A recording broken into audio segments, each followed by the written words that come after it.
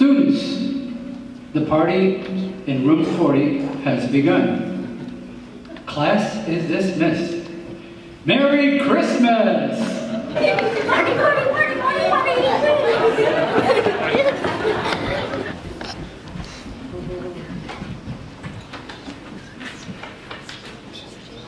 Okay, let's see.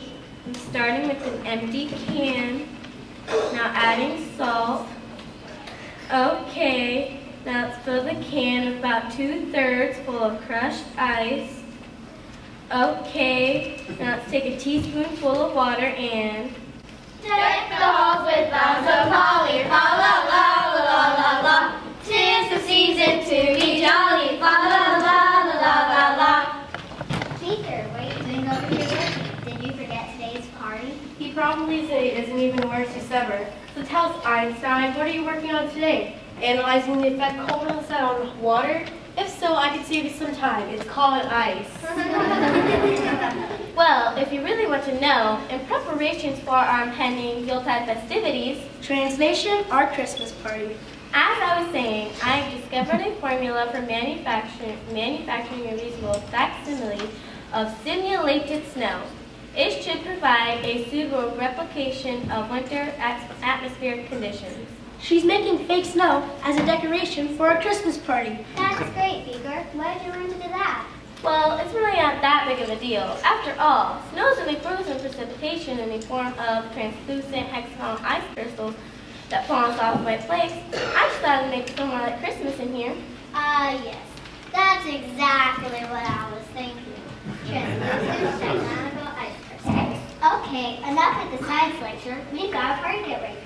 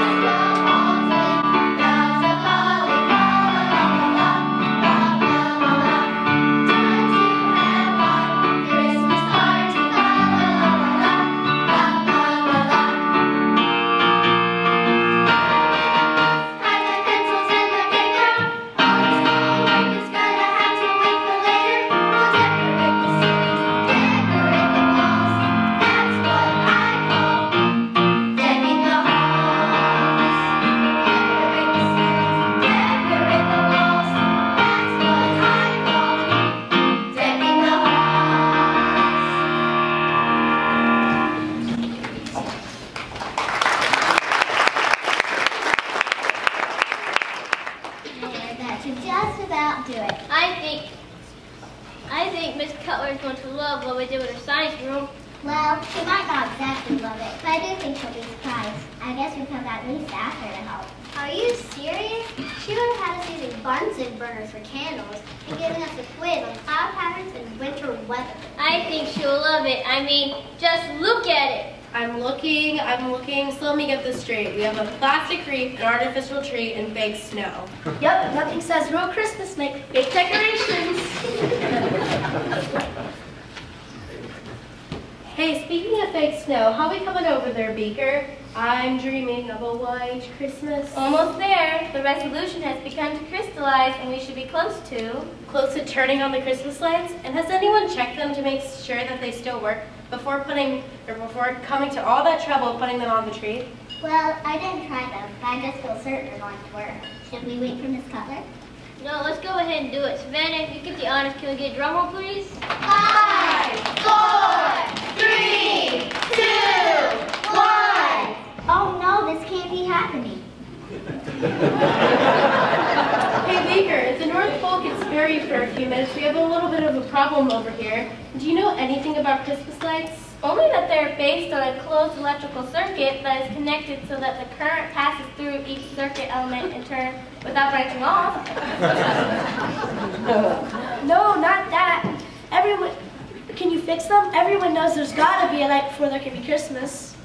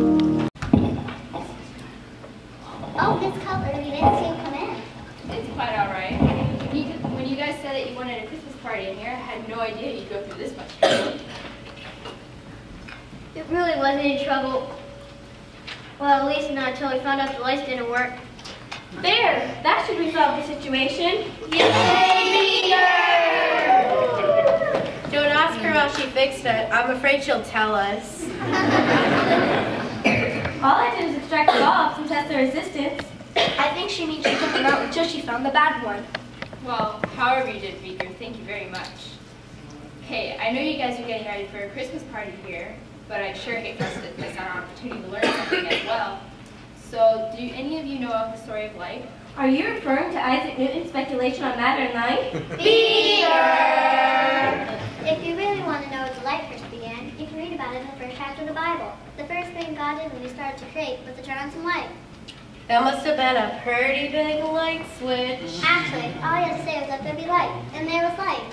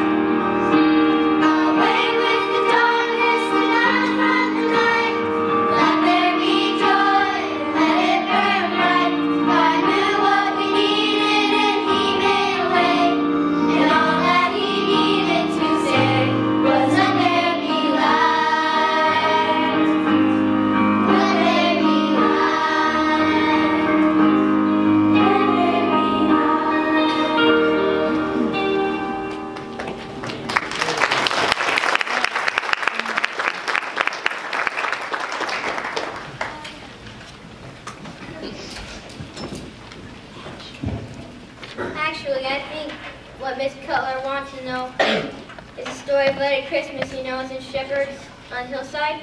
Well, you're getting closer. Closer to this party finally starting? We've got all afternoon for the party. Let's talk about this for a few minutes. Besides, we're still waiting on people to provide us some snow. I know there's always shepherd men in the nativity scene, but what do they have to do with the light? It's more about what the light had to do with them. That's right, Julie. It was in the middle of the night when the light of the Lord came to some shepherd men out on the hillside who were watching their sheep. The Bible said an angel of the Lord came upon them, and the glory of the Lord shone around them, and they were sore afraid. But the angel said unto them, Fear not, for behold, I bring you good tidings of great joy, which shall be to all people. Translation? I didn't even say anything. I know. This time I'm the one that needs the translation. No wonder Shepherds were scared. If I'd seen something like that, I might have done the dance myself.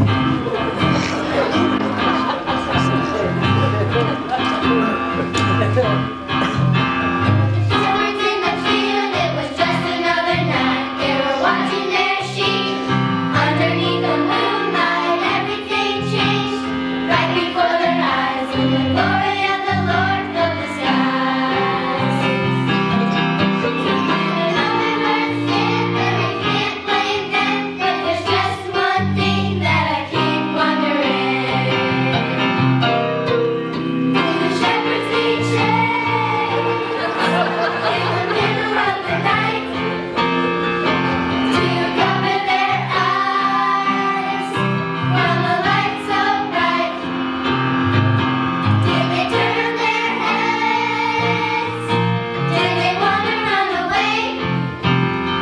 You know, I really want to know, did the shepherds need shades? When they heard the angel's words, why they must have been confused, saying, Don't be afraid, I'm bringing you some great news. Unto you was born on this very day. You'll find him in a bed that is full with hay. And the sun in the sky was filled with shouts, but there's just one thing that I wonder about: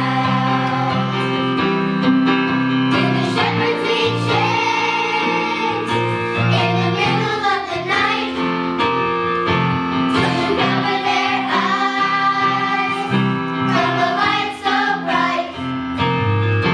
Did they turn their heads when they want to run away? You know, I really want to know, did the shepherds need shades?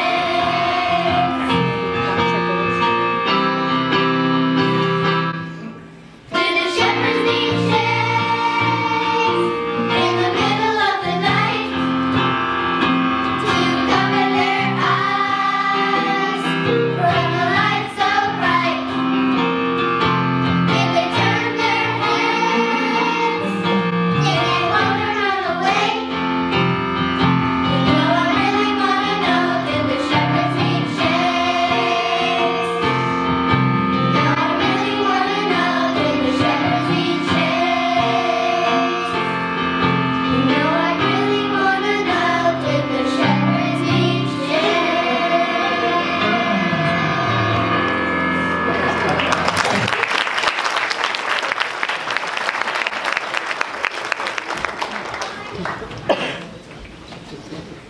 So we have the light of creation and the light that the shepherds saw. So is this the story of Christmas, or is it the story of light?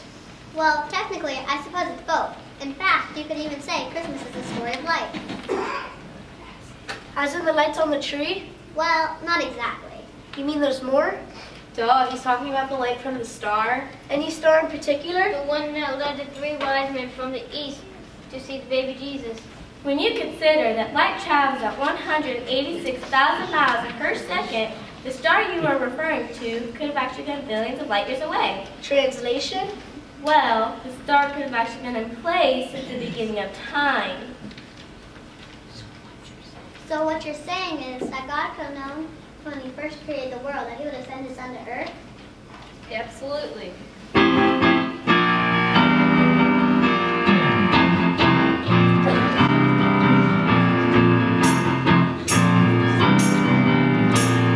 Walk like a wise man all the way to Bethlehem. The only thing we got is a star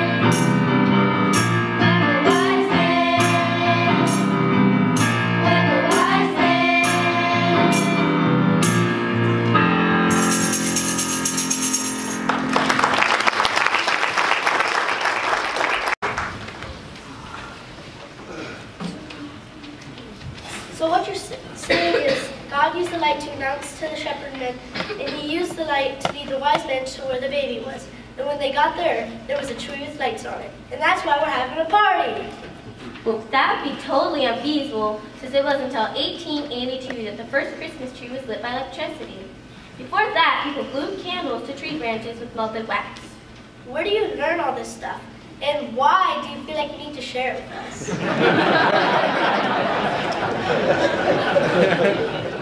I think I'm starting to get it. Christmas really is the story of life. Yes, Savannah, but we still haven't answered the most important question. Which is, when does this party finally start? What is the true light of Christmas? That's the question I'm talking about. Does anyone see anything missing from the story? I don't think I need Beaker to answer this one.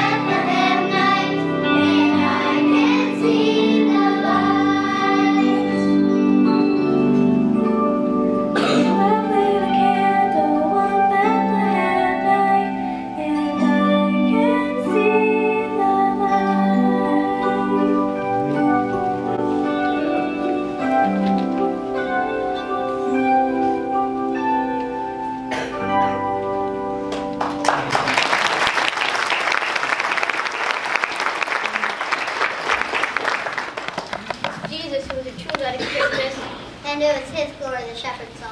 And the stars and lights that followed was a reflection of his light. Yes, from the very beginning of time, God already knew that he would send his only son. Long before that night in Bethlehem, God already knew that he would send the light of the world for each of us.